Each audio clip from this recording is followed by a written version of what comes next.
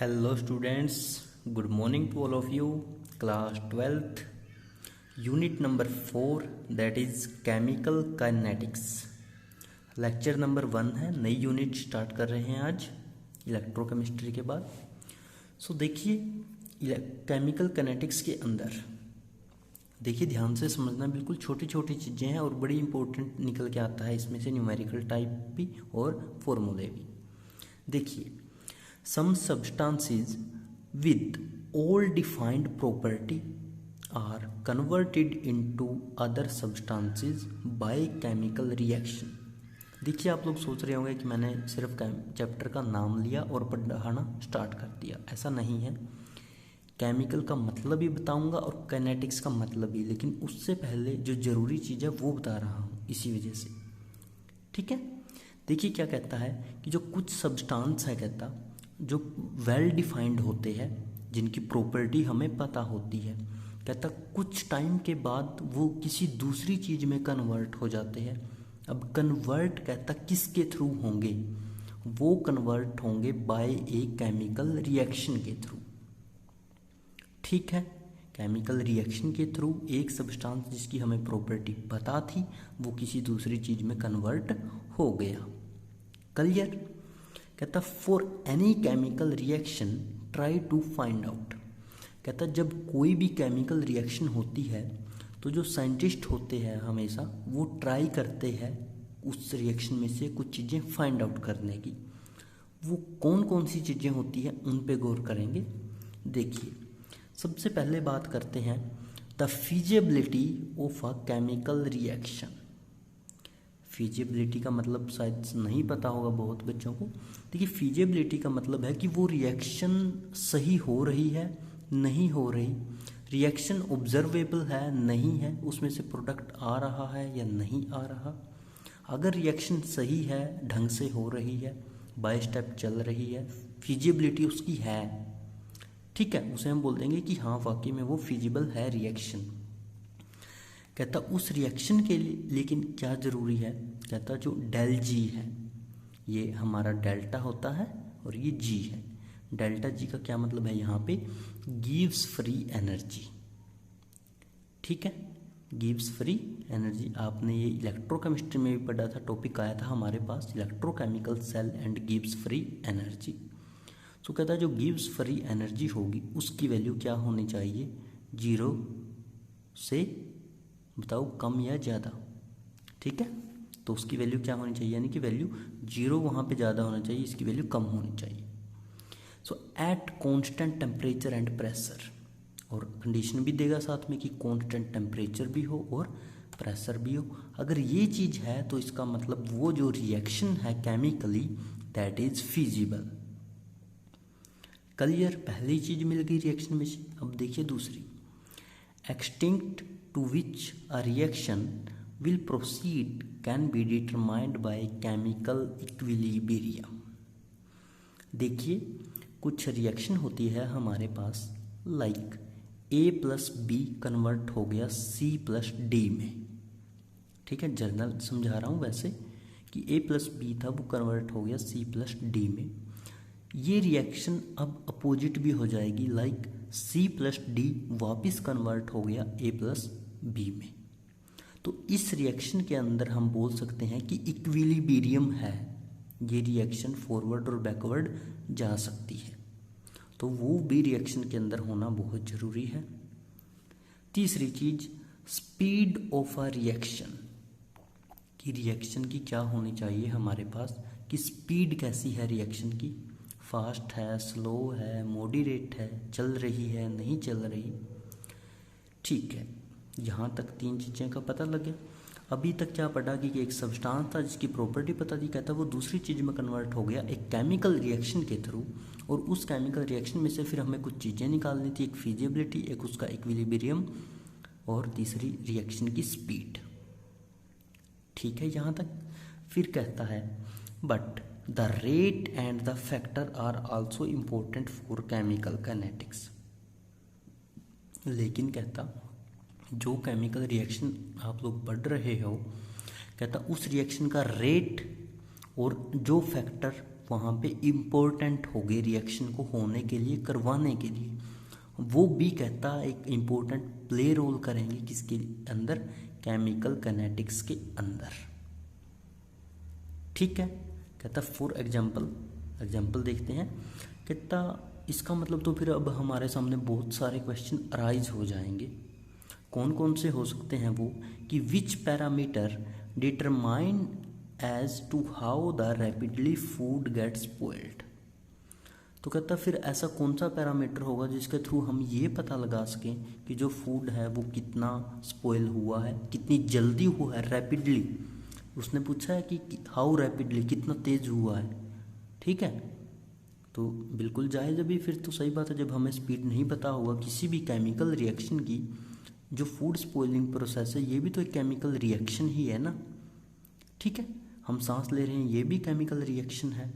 सो हमें कैसे पता होगा, कहता ये स्पीड किस स्पीड से हुई है, रैपिडली हुई है। जायज़ है इसका क्वेश्चन। दूसरा क्वेश्चन देखिए, how to design a rapidly setting material for dental filling. जो डेंटिस्ट होते हैं कई बार दांत में कीड़ा लगने की वजह से वो अंदर से खोखला बन जाता है, तो डेंटिस्ट उसके अंदर फिलिंग कर देते हैं।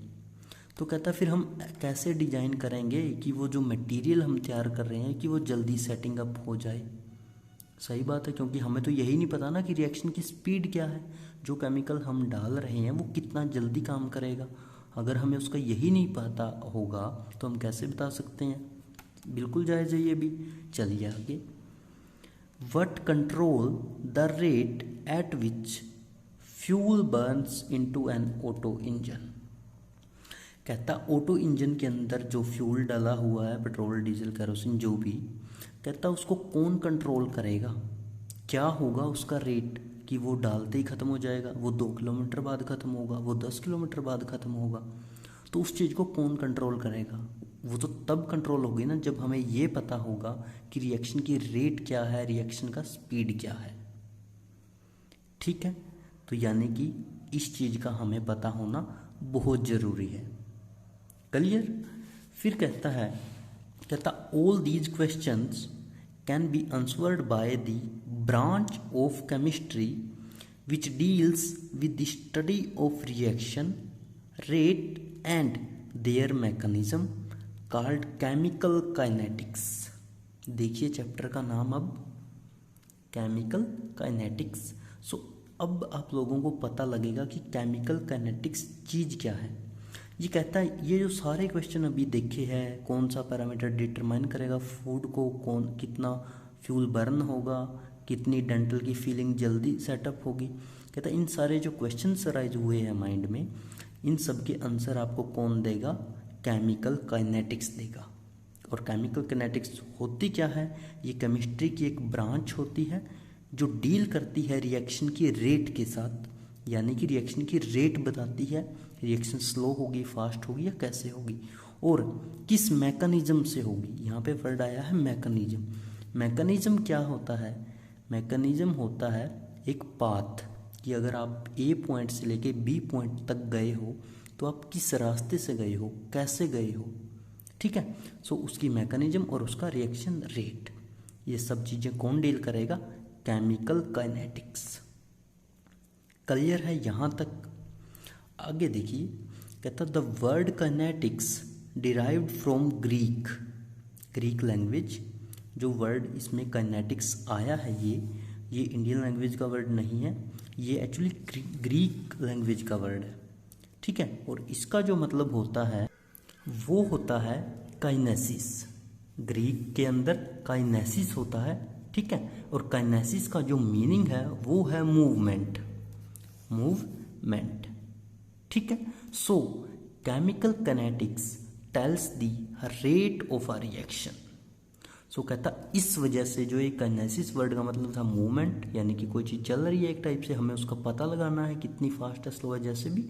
सो कहता इस वजह से जो केमिकल काइनेटिक्स होती है वो हमें किसके बारे में बताती है, रेट ऑफ रिएक्शन के बारे में, रिएक्शन की मैकेनिज्म के बारे में, उसके पाथ के बारे में, उसकी स्पीड के बारे में एंड रेट के बारे में।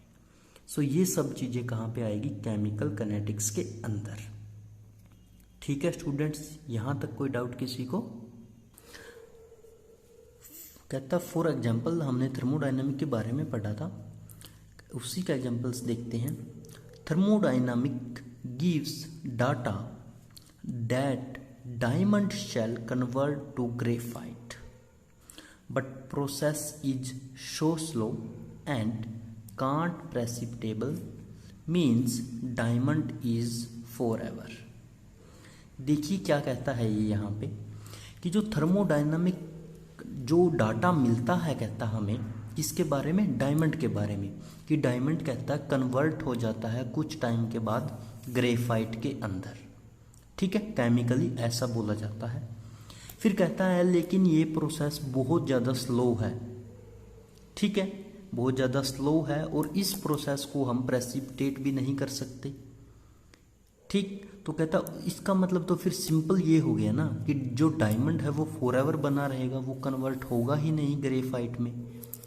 ठीक है, सो इस यहाँ से आप लोगों को क्या समझ में आया कि स्पीड है जो रिएक्शन की वो एक इम्पोर्टेंट प्ले करती है रोल।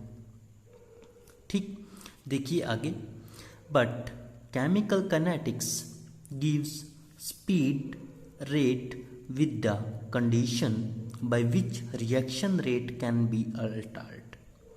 लेकिन कहता है जो केमिकल काइनेटिक्स होती है ये डाटा किसने दिया था, थर्मोडायनामिक्स ने दिया था। ध्यान रखनी ये चीज़ें, ये थर्मोडायनामिक्स ने दिया था। लेकिन कहता है जो केमिकल काइनेटिक्स होती है वो हमें रिएक्शन की रेट, रिएक्शन का स्पीड सब कुछ बताती है, विद कंडीशन बताती है, जिसके द्वारा जो रिएक्शन है, जो रिएक्शन का रेट है उसको हम क्या कर सकते हैं, अल्टर्ड कर सकते हैं, चेंज कर सकते हैं एक टाइप से। ठीक है, फिर कहता है the factor like concentration, temperature, pressure, catalyst effect the rate of reaction. कहता जो रिएक्शन का रेट है वो किस किस चीज़ के ऊपर डिपेंड अपॉन करता है, कंसंट्रेशन कैसी है, रिएक्शन का टेम्परेचर कैसा है, प्रेशर कैसा है, कैटालिस्ट ने कितना इफेक्ट किया है रिएक्शन को। ठीक है, ये सारे रिएक्शन के क्या होंगे, फैक्टर। आगे देखिए, but at macroscopic level, macro और माइक्रो दो वर्ड्स होते हैं। माइक्रो मीन्स बिल्कुल माइनर लेवल, बिल्कुल छोटे से छोटा जिसे हम देख भी ना पाएँ, और मैक्रो होता है उससे बड़े लेवल पे जो देख सकें। So at the macroscopic level amount reacted and formed is noted, कि जितनी अमाउंट कहता रिएक्ट हुई है यानी कि जो रिएक्टेंट कन्वर्ट हुआ है, एंड फॉर्म्ड इज प्रोडक्ट, और जितना प्रोडक्ट बना है, फॉर्म्ड कोई नई चीज़ होगी ना और रिएक्टेंट रिएक्ट कर जाएगा, तो वो कहता नोट की जा सकती है। कब, एट मैक्रोस्कोपिक लेवल के ऊपर। वेयर एज, जबकि at molecular level the mechanism involving orientation and energy of molecule undergoing collisions. लेकिन कहता जो मोलिकुलर लेवल होता है बिल्कुल छोटे से छोटा, उस लेवल पे कहता अगर देखा जाए तो जो मैकेनिज्म होती है किसी भी रिएक्शन की वो इन्वॉल्व करती है बहुत सारी चीज़ें, बहुत सारे स्टेप। उनमें से कुछ इसने बताए हैं, जैसा कहता ओरिएंटेशन हो सकती है, ठीक है, या फिर एनर्जी ऑफ मोलिक्यूल है जो वो अंडरगोइंग कोलिजन्स हो सकती है, कि जो मॉलिक्यूल्स की एनर्जी है वो एक दूसरे के साथ टकरा सकते हैं, वो जिस सिस्टम के अंदर है उसके साथ टकरा सकते हैं, कोलिजन्स उनका चलता रहेगा, टकराव एक दूसरे के साथ। ये सारी चीज़ें हम क्यों पढ़ रहे हैं, क्योंकि हम केमिकल काइनेटिक्स को देखना चाहते हैं, समझना चाहते हैं। ठीक है, कि केमिकल काइनेटिक्स है क्या। तो क्या समझ में आया अब तक कि थर्मोडायनामिक ने सिर्फ डाटा दिया था और वो प्रोसेस बहुत स्लो थी और डायमंड कभी कन्वर्ट नहीं हुआ था ग्रेफाइट में, क्योंकि स्लो प्रोसेस की वजह से। ठीक है, सो वो हमेशा के लिए बना रहेगा। लेकिन कहता जो केमिकल काइनेटिक्स है ये क्या करती है, हमें स्पीड, रेट, बहुत सारी चीज़ों के बारे में बताती है और उसे हम अल्टर्ड भी कर सकते हैं। ठीक है, फिर उसके कुछ फैक्टर्स होते हैं जो क्या करेंगे, कंसंट्रेशन, टेम्परेचर, प्रेशर, कैटालिस्ट का इफेक्ट, उन सब के ऊपर जो रिएक्शन होगी वो डिपेंड अपॉन करेगी। आगे बताता है कि अगर हम मैक्रोस्कोपिक लेवल पे देखें, जितनी अमाउंट रिएक्ट हुई है या जितनी अमाउंट नई बनी है उसे हम नोट कर सकते हैं, देख सकते हैं। लेकिन जब बात मोलिक्यूलर लेवल पे आती है तो मैकेनिज्म होती है किसी रिएक्शन की, वो बहुत सारे स्टेप इन्वॉल्व करती है। रिएक्शन की ओरिएंटेशन हो सकती है, मॉलिक्यूल्स आपस में कोलिजन कर सकते हैं, उनकी एनर्जी चेंज हो सकती है। ठीक है, ये कब होगा? मॉलिक्यूलर लेवल पे। चलिए, ये थी हमारी यहाँ तक केमिकल किनेटिक्स की सारी इंट्रोडक्शन, उसकी मोटी मोटी सारी नॉलेज। अब हम अपना फर्स्ट टॉपिक स्टार्ट करते हैं, that is rate of a chemical reaction. यानी कि हमें क्या देखना है? किसी केमिकल रिएक्शन का रेट के बारे में स्टडी करनी है। So firstly we have 3 types of reaction. सबसे पहले हमें ये पता होना चाहिए कि हमारे पास जो ये रिएक्शन है ये है क्या और ये कितने टाइप की होती है। तो रिएक्शन क्या है? अगर आपके पास कोई एक चीज़ है और कुछ टाइम के बाद वो दूसरी चीज़ में कन्वर्ट हो जाती है, इसका मतलब वहाँ पे केमिकली रिएक्ट हुई है, that is known as chemical reaction. अब वो हमारे पास 3 टाइप्स की होती है। पहला जो टाइप है वो है स्लो, दूसरा टाइप है फास्ट और तीसरा टाइप है मॉडरेट। स्लो यानी कि जो रिएक्शन स्लो होगी, फास्ट यानी कि जो फास्ट होगी, और मॉडरेट यानी कि जो ना स्लो होगी ना फास्ट होगी, इन दोनों के बीच की। ठीक है, चलिए देखते हैं। सबसे पहले ये लिखता है, किसके बारे में लिखेगा? देखना पड़ेगा हमें, बी के बारे में। बी कौन है? Fast reaction. तो चलिए फास्ट रिएक्शन पढ़ते हैं। कहता आयनिक रिएक्शंस आर वेरी फास्ट। अब ये भी पता होना चाहिए कौन सी रिएक्शन फास्ट होती है। जो रिएक्शन आयंस में होती है, लाइक आयंस, उसके ब्रेकडाउन हो सकते हैं, यानी कि रिएक्टेंट ब्रेकडाउन हो सकता है आयंस में, आयंस नहीं ब्रेकडाउन। ठीक है, सो कहता है जो आयनिक रिएक्शन होगी वो वेरी फास्ट होगी।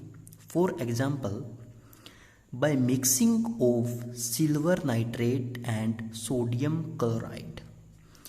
हमें क्या क्या लेना है? मिक्सिंग करनी है सिल्वर नाइट्रेट की और सोडियम क्लोराइड की। Gives precipitations of silver chloride. कहता है जब आप लोग सिल्वर नाइट्रेट को और सोडियम क्लोराइड को मिक्स करते हो तो आपके पास प्रेसिपिटेट आ जाते हैं सिल्वर क्लोराइड के। ठीक है, देखते हैं रिएक्शन, तब समझ में आएगा। AgNO3, Ag का मतलब सिल्वर, NO3 का मतलब नाइट्रेट, तो ये क्या बन गया? Silver nitrate. लिख भी रखा है साथ में नाम, अच्छी बात है। उसके साथ क्या डालना था हमने? सोडियम क्लोराइड, तो ये रहा Na, सोडियम Cl क्लोराइड, तो ये हो गया सोडियम क्लोराइड। इन दोनों की क्या करनी थी बच्चे? अब मिक्सिंग इनकी करी जब हमने मिक्सिंग, तो हमें प्रेसिपिटेट मिलेंगे किस चीज़ के? सिल्वर क्लोराइड के। सिल्वर क्लोराइड का मतलब, सिल्वर मतलब Ag, क्लोराइड मतलब Cl, तो AgCl के हमें क्या मिल गए? प्रेसिपिटेट मिल गए। यहाँ पे हम शॉर्ट फॉर्म में लिख भी सकते हैं कि पीपीटी को बोलते हैं प्रेसिपिटेट। ठीक है, साथ में क्या निकल गया लेकिन? NaNO3, जिसका नाम क्या है? Na का मतलब सोडियम, NO3 का मतलब नाइट्रेट। तो ये रिएक्शन होती है वेरी फास्ट, क्योंकि ये कैसी रिएक्शन है? आयनिक रिएक्शन है। अब ये आयनिक रिएक्शन कैसे है वो समझिए। NaCl है, NaCl को जब आप लोग ब्रेक डाउन करते हो तो कैसे ब्रेक डाउन होगा ये? Na positive Cl negative. AgCl को ब्रेक डाउन करेंगे तो Ag positive Cl negative. NaNO3 को करो और इधर AgNO3 को करो, ये भी ऐसे ही ब्रेक डाउन हो जाएगा। ठीक है, तो यानी कि आयंस बन गए ना हमारे पास, और हम भी क्या पढ़ रहे हैं? आयनिक रिएक्शन, जो कि कैसी होगी? फास्ट होगी। तो ये एग्जाम्पल भी मिल जाता है आप लोगों को फास्ट रिएक्शन का। AgNO3 और NaCl मिलके क्या दे देंगे? AgCl और NaNO3। ठीक है, यहाँ तक। उसके बाद देखिए हमारे पास आती है ए टाइप की रिएक्शन। ए टाइप की रिएक्शन में कौन आएगा? ए टाइप में पहले यहाँ देखते हैं स्लो रिएक्शन। तो स्लो रिएक्शन कौन सी होगी? सम रिएक्शंस आर वेरी स्लो। कहता कुछ रिएक्शंस होती है जो बहुत ही स्लो होती है, उन्हें स्लो रिएक्शन बोल देंगे। Example, rusting of iron in the presence of air and moisture. अभी आप लोगों ने पढ़ा भी था रस्टिंग ऑफ आयरन, इलेक्ट्रोकेमिस्ट्री का बिल्कुल लास्ट लेक्चर में लास्ट टॉपिक था कोरोजन का, उसके अंदर रस्टिंग ऑफ आयरन सबसे मेन था।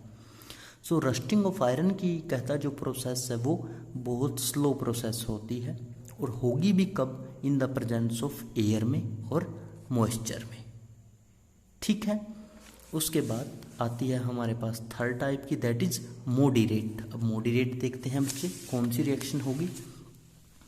सो देखिए सी टाइप की रिएक्शन, एग्जाम्पल है inversion of cane sugar, hydrolysis of starch, they proceed with moderate speed. कहता ये क्या करेंगी, ये जो दोनों टाइप की रिएक्शन है, हाइड्रोलिसिस ऑफ स्टार्च और इन्वर्जन ऑफ केन शुगर, ये कहता मॉडरेट स्पीड के साथ चलेंगी। मॉडरेट का मतलब जो ना बिल्कुल फास्ट है ना बिल्कुल स्लो है। ठीक है, ये उन दोनों के बीच में। क्लियर है यहाँ तक? ये हो जाती है हमारी यहाँ पे तीनों टाइप की रिएक्शन। क्लियर, तीनों टाइप की रिएक्शन हो जाती है यहाँ पे। Thank you so much.